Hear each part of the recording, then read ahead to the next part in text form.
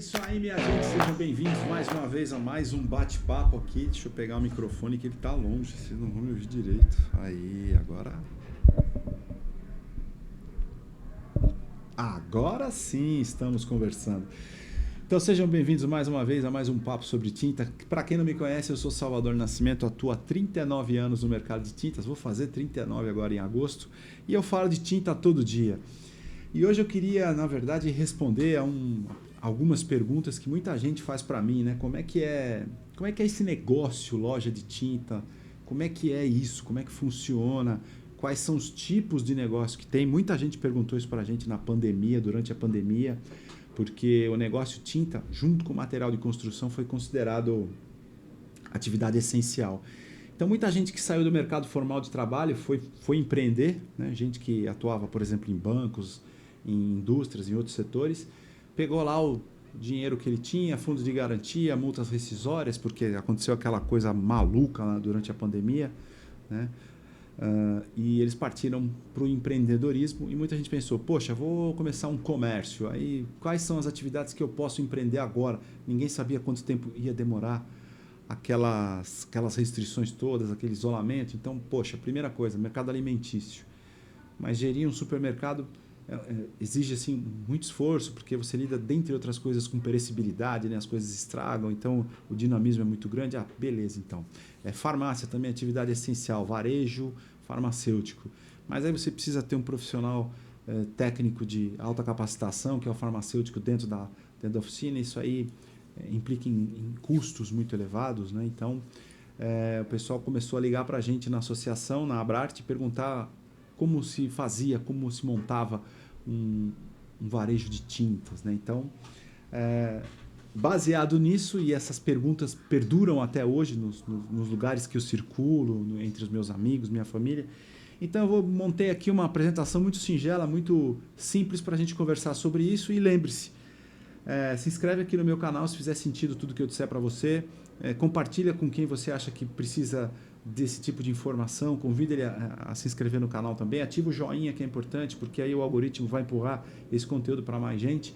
E também tem aquele sininho, né? Você ativa e toda vez que eu colocar alguma coisa aqui no YouTube, você vai ser avisado. Lembrando que aqui no YouTube a gente coloca conteúdos um pouco maiores, mais densos, com mais conteúdo, digamos, técnico, né? Muita pretensão da minha parte, mas enfim.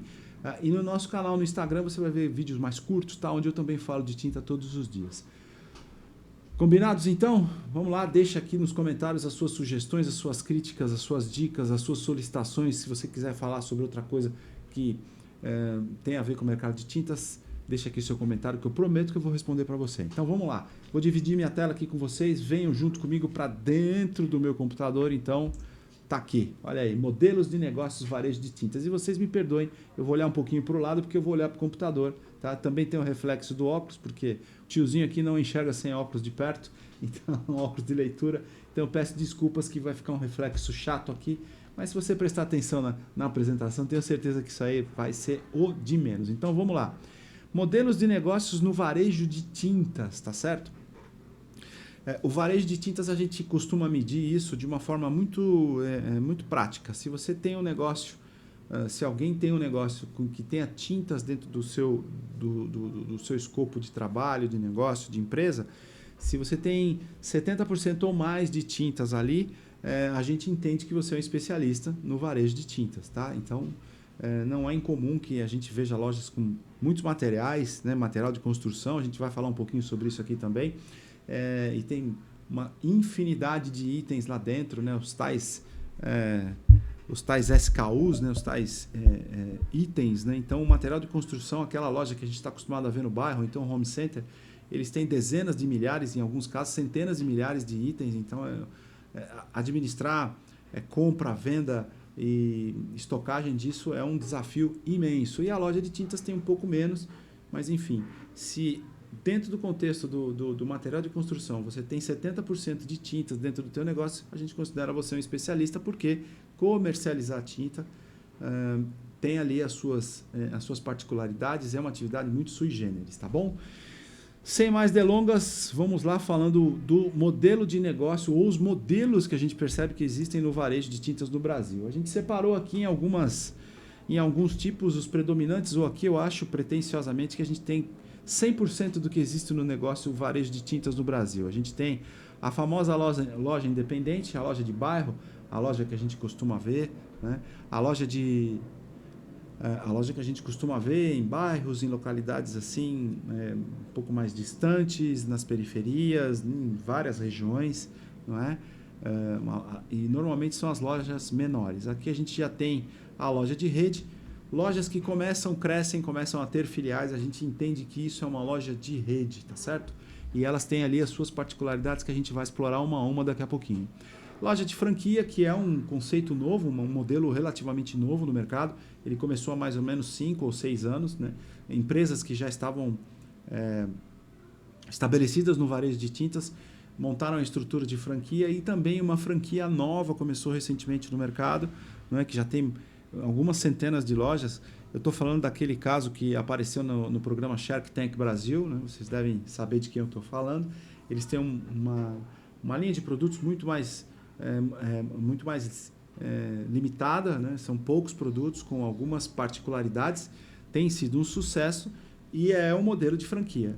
A gente tem também mais recentemente o licenciamento de marca, que é muito parecido com franquia, mas a gente vai detalhar isso daqui a pouquinho para vocês.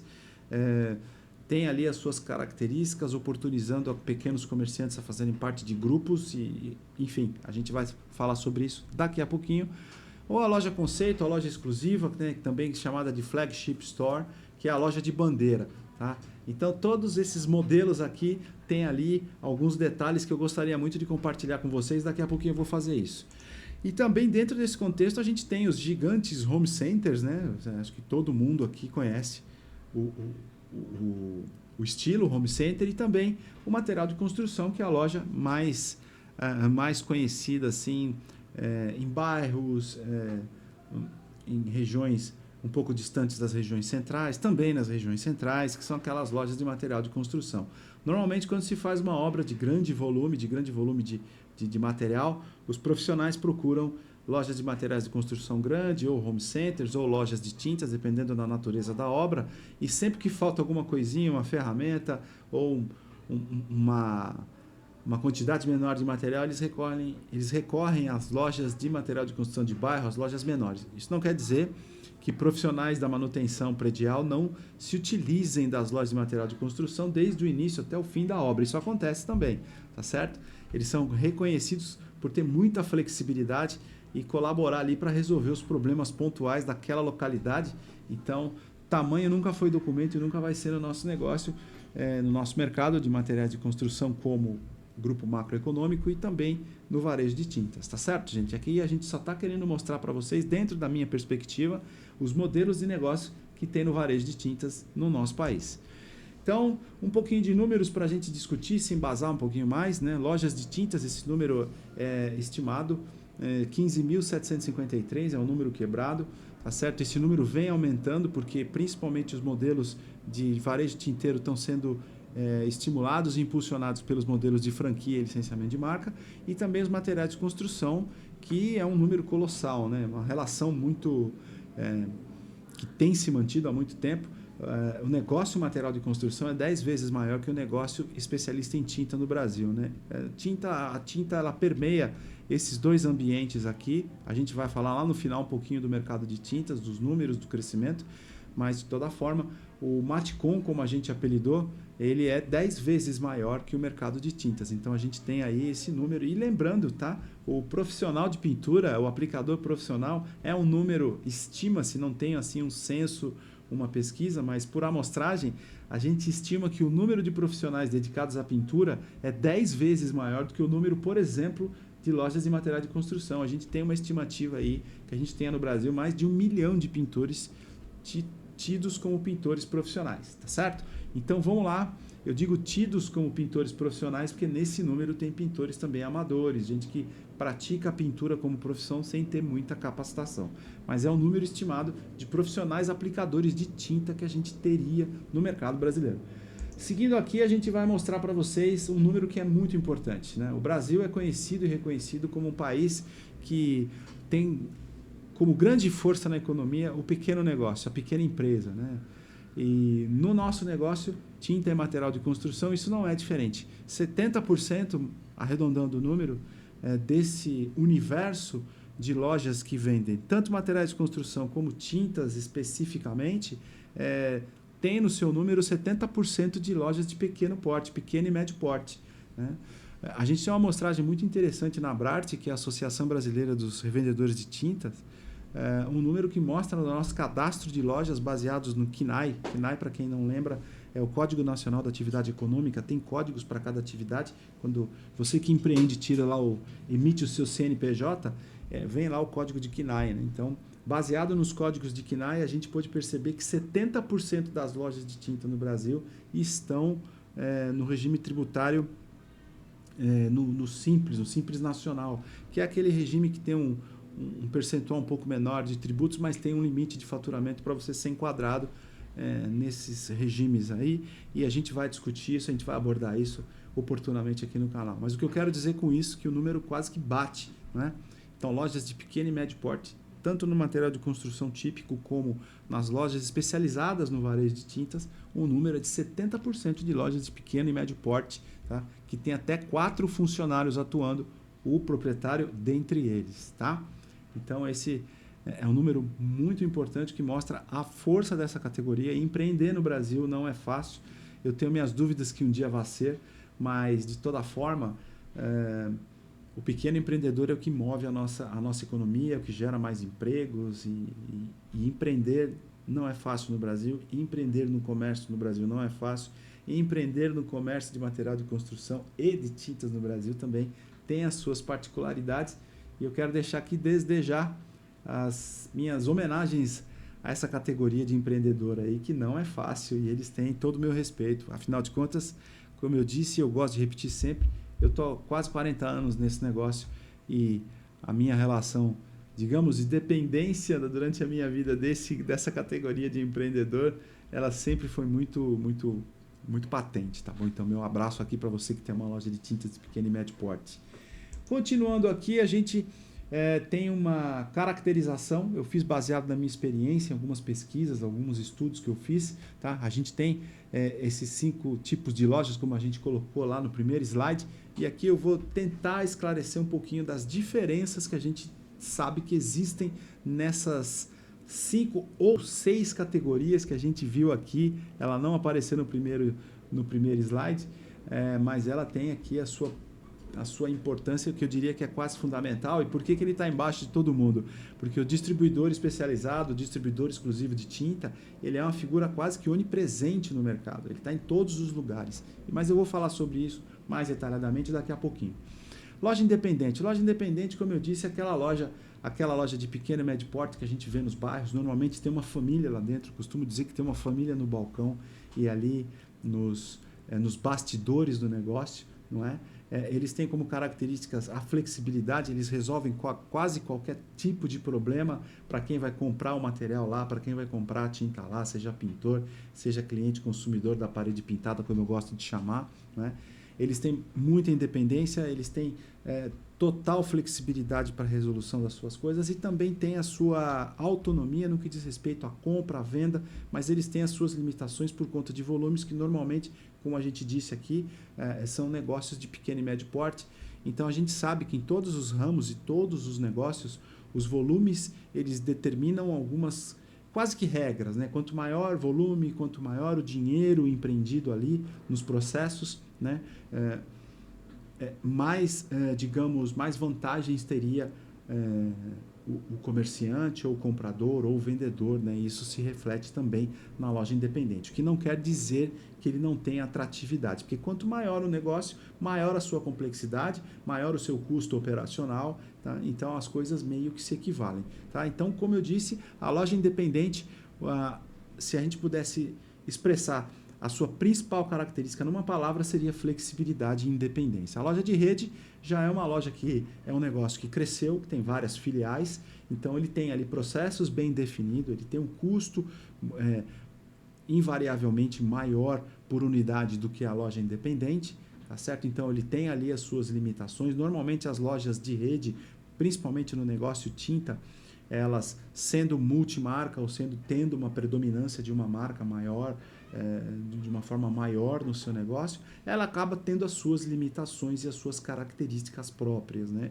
Então a independência e a autonomia daquela unidade, daquele ponto de venda, ela acaba se limitando porque ele depende das relações que ele tem com a matriz, por exemplo. Dali saem as diretrizes, dali saem as negociações para o abastecimento das lojas, toda a questão de treinamento, identidade de marca. Normalmente as redes já têm ali uma construção de marca, uma cultura própria, o que a gente chama de construção de brand, o que não é muito comum na loja independente. As lojas independentes, normalmente, elas têm muito a sua imagem ligada ao seu principal e maior fornecedor ou marca que ele tem, e que ele entenda que é mais importante, não necessariamente em volume, mas o pequeno lojista ele tem ali, ele não tem normalmente uma logomarca, uma cultura bem empreendida, ele não tem ou uma cultura bem, digamos, formalizada. Ele tem ali o seu jeitão de fazer as coisas e é sempre muito bom, porque, como eu disse, ele resolve problemas com muita velocidade e muita facilidade, mas ele não tem isso transmitido de uma forma clara para o seu cliente ou para o ecossistema que ele costuma, digamos, que ele costuma habitar dentro do seu negócio. Já a loja de rede não, a loja de rede não é incomum lojas de rede terem sua própria logomarca, a sua identidade de cores, a sua identidade de layout, coisas do tipo. Então, essas são as lojas de rede. Franquia, como eu disse, franquia é um negócio relativamente recente no mercado de tintas. Começou com algumas empresas que já eram redes e implementaram o processo de franquia. Franquia no Brasil tem lei que ordena isso.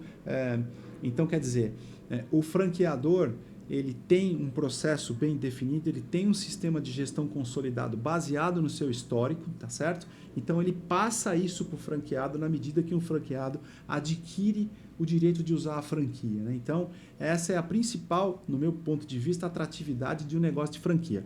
Você compra não só uma marca consolidada, não só uma, digamos, uma cultura, mas você também adquire um processo de administração e gestão que já está consolidado e que já deu certo. Obviamente que isso tem as suas nuances dependendo do lugar, da localidade. Então, as franquias de tintas que eu conheço, elas procuram se adaptar de acordo com as necessidades que o seu franqueado tem na região onde ele implementa a franquia. Mas isso são pequenas nuances. Eles têm processos muito bem definidos que são auditados e, obviamente, que quando você compra uma franquia, você paga pelo uso da franquia e também paga o royalty durante a operação, tá certo?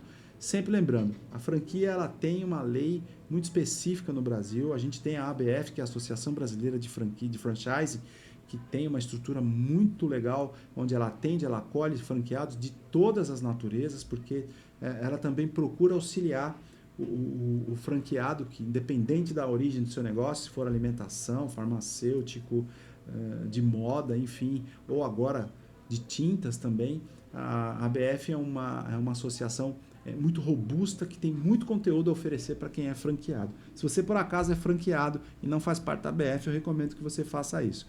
Licenciamento de marca é um processo muito parecido com franquia, mas o nível de exigência de desencaixe financeiro também é muito menor. Na verdade, licenciamento de marca, você paga para usar uma determinada marca, tá? Você não tem tantos elementos de gestão e também não tem uma relação de dependência, digamos assim, tão grande do franqueado ou do licenciador ou do franqueador, perdão, né? Como o franqueado tem essa relação com o franqueador. O licenciado ele tem uma relação, digamos, um pouco menos exigida do licenciador, tá? A gente vai mostrar essas diferenças e esse é um modelo que tem surgido no mercado de tintas com muita força, tá? E a gente vai detalhar aqui algumas diferenças, tá certo? Então, esse é mais um modelo que começou a operar no Brasil recentemente, licenciamento de marca, inspirado no modelo de farmácias, tá? De varejo farmacêutico, tá certo? E também a gente tem a loja conceito, aquela loja que tem aquela carona da marca da indústria, né? A loja conceito, ou como se chama no jargão do marqueteiro, flagship store. traduzindo mal feitamente, é a loja de bandeira, né? Então, quer dizer, a loja tem uma marca específica, ela pode até ter a sua identidade própria, né, do varejista, mas ela está atrelada no mesmo nível, no mesmo tamanho, com aquela marca da indústria. E as lojas conceito, normalmente, quando você fecha uma contratação ou uma relação comercial de loja conceito com a indústria, ela te coloca alguns limites, como, por exemplo, limitar a compra de marcas, porque normalmente elas te dão uma contrapartida bastante interessante no que diz respeito à gestão de marketing, merchandising, treinamento e toda essa parte de conceito e administração, desde o layout da tua loja e tudo mais, né? Aí a indústria emprestando a sua competência e experiência para o varejista, mas porém, isso é meio que óbvio, nessa contratação, a marca que você tem a loja referência, a loja conceito, ela restringe a compra dos seus maiores concorrentes, né? Se a gente pudesse fazer uma má comparação com as concessionárias de automóvel, dificilmente ou nunca você vai ver uma loja com uma bandeira Volkswagen, por exemplo, com um carro de outra marca lá dentro. Não é tão assim a loja conceito no ramo de tintas, né? Existem aí tratativas e empresas que têm ali a sua loja conceito, tem uma pequena porção dentro do seu portfólio de produtos de outras marcas que não da indústria da qual ela é a bandeira, né, do qual ela é a loja conceito, até porque talvez o portfólio da indústria da qual ela tem aquela loja conceito não tenha todos os itens que uma outra marca pode oferecer, enfim, a coisa não é tão rígida quanto, por exemplo, o mercado de automóveis, mas é muito parecida e tem restrições e eu entendo que é justo, que é uma contrapartida, tá? E permeando todo esse universo, a gente tem um distribuidor exclusivo especializado, tá? Isso começou perto da década de 90, né? Então, o que acontece? A indústria, algumas marcas, normalmente as gigantes do mercado, tá? Ou empresas grandes do mercado de tintas, da indústria, elas se utilizam de distribuidor exclusivo especializado, que no produto tinta ele tem exclusividade, ele só vende aquela marca e ele atende às lojas de menor porte, né? Ou depósito de material de construção de bairro e tudo mais, com aquela marca, né? O distribuidor ele é uma extensão da fábrica, ele é um operador logístico muito ágil. Tem gente que tem o preconceito de que comprar do distribuidor não é bom, porque ele vende mais caro do que a indústria. E isso de fato acontece, só que a indústria exige contrapartidas na sua relação comercial, de volumes mínimos, etc., para fazer valer o custeio do atendimento, tá certo?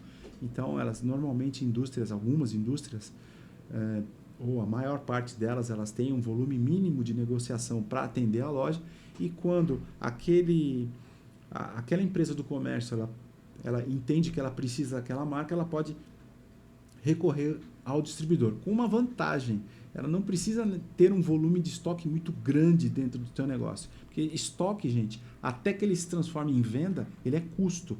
Então, quando você diminui esse custo, né, a contrapartida ela aparece considerando a diferença de preço que se você fosse comprar da indústria ou do distribuidor.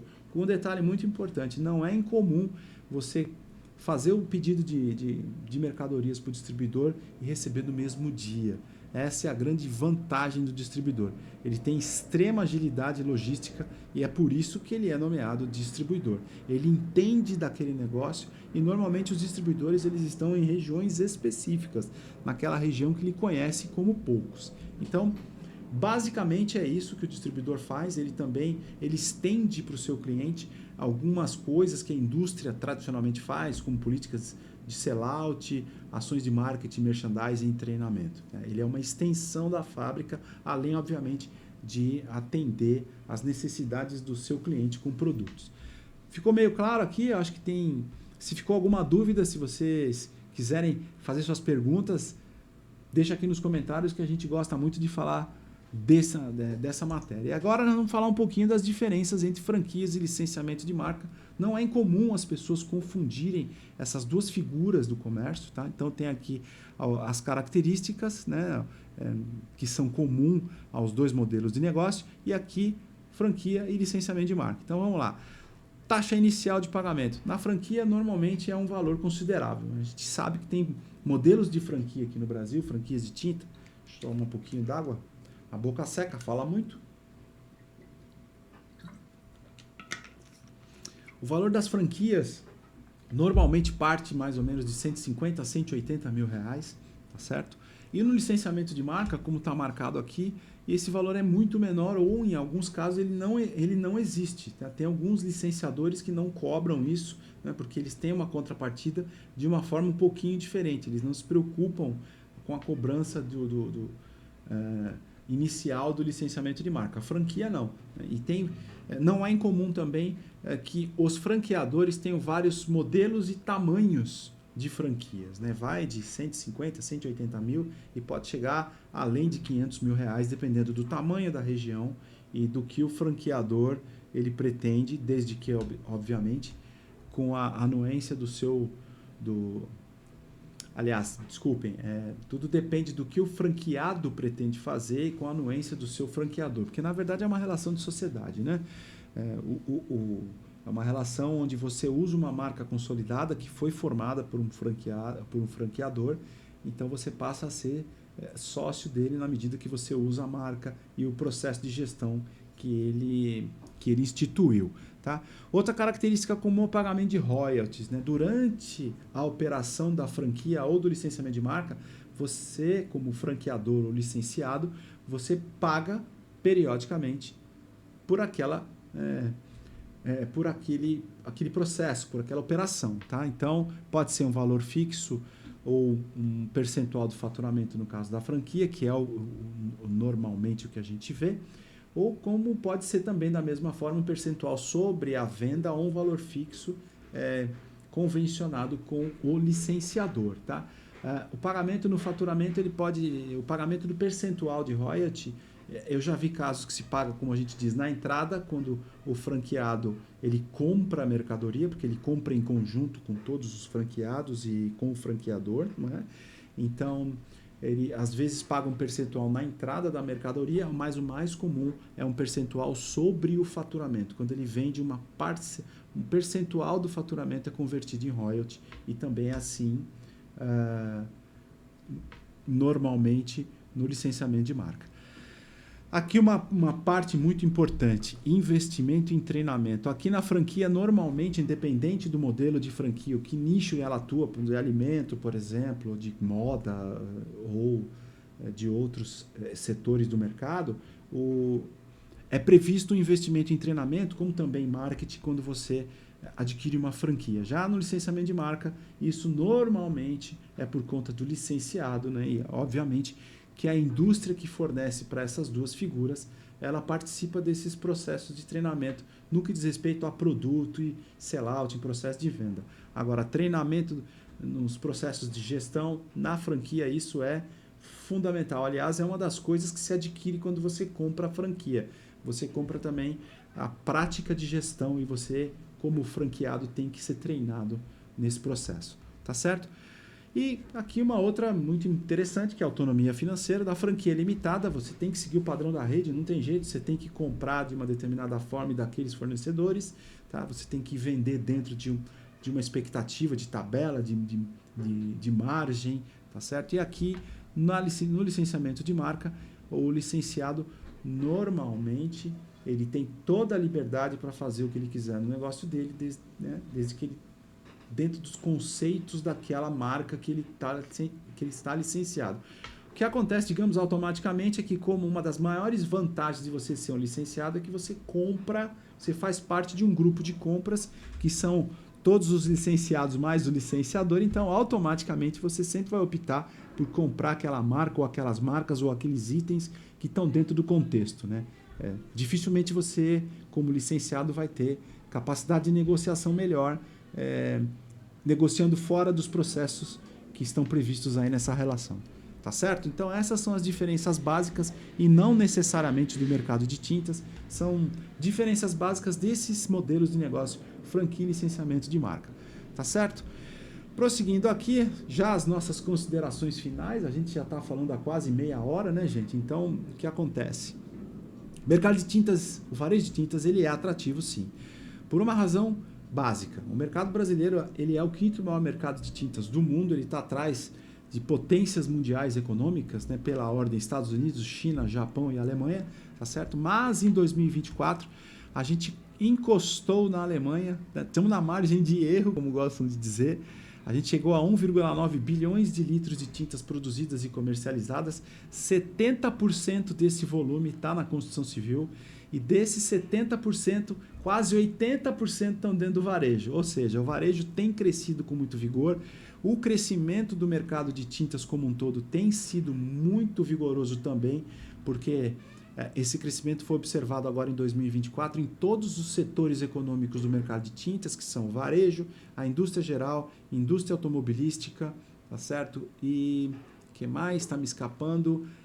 E também a repintura automotiva, que ela está no varejo. A repintura automotiva é a tinta para funilaria e pintura, e as oficinas normalmente, ou na sua grande maioria, se utilizam do varejista para comprar esses produtos. Então, quer dizer, houve crescimento uniforme, um crescimento vigoroso, aliás, um crescimento muito grande em todos esses micro nichos do mercado de tintas, o que mostra que o mercado de tintas brasileiro está muito forte. Crescimento de 6% foi quase o dobro do PIB, então isso mostra o vigor e como esse negócio pode ser atrativo e bom. Mas lembre-se, nunca é fácil. Como eu disse no começo, empreender no Brasil é um desafio muito grande, né? Empreender no comércio é outro desafio muito maior, no meu entendimento, e empreender no varejo de tintas tem ali as suas nuances, as suas características, é preciso tomar certos cuidados, e aqui a gente faz todo esse conteúdo justamente para tentar ajudar também quem está querendo empreender no mercado de tintas. Ok, gente? Então, é isso. Quando aparece esse slide, é sinal que eu já falei demais. Quero agradecer muito vocês por estarem aqui comigo. Convido vocês a também irem... Deixa eu diminuir um pouquinho o meu... né? Assim, vocês viram, eu tô mais bonito nessa foto maior aqui. Então, o que eu quero dizer para vocês, muito obrigado por vocês estarem aqui comigo, por vocês estarem nas nossas redes sociais. Estou convidando vocês aqui para conhecer a nossa página lá, o nosso perfil, aliás, lá no Instagram, onde a gente tem muito conteúdo sobre tinta também. E dizer que eu, Salvador Nascimento, falo de tinta todos os dias, como eu gosto de dizer. E eu espero que a gente se encontre logo. E sugiram aqui conteúdos, façam seus comentários, que a gente está aqui para conversar sobre tinta todos os dias. Quero dizer para todos vocês mais uma vez, meu muito obrigado, e a gente se vê logo logo falando de tinta. Um abraço!